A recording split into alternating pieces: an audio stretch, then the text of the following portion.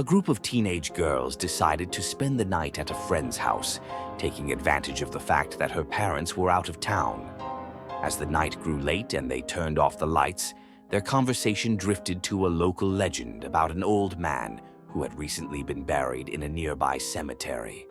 Rumor had it that he had been buried alive, and if you listened closely, you could still hear him scratching at the coffin, desperately trying to escape.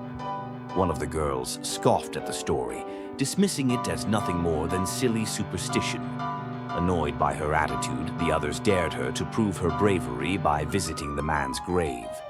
To show she had really been there, she had to drive a wooden stake into the ground above his tomb. Determined to prove them wrong, the girl agreed.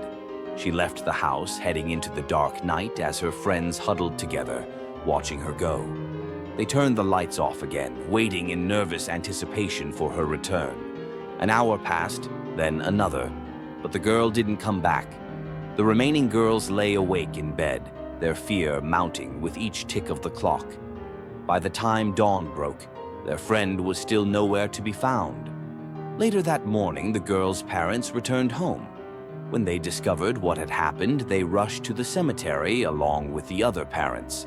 There, lying motionless on the old man's grave, they found the girl, dead.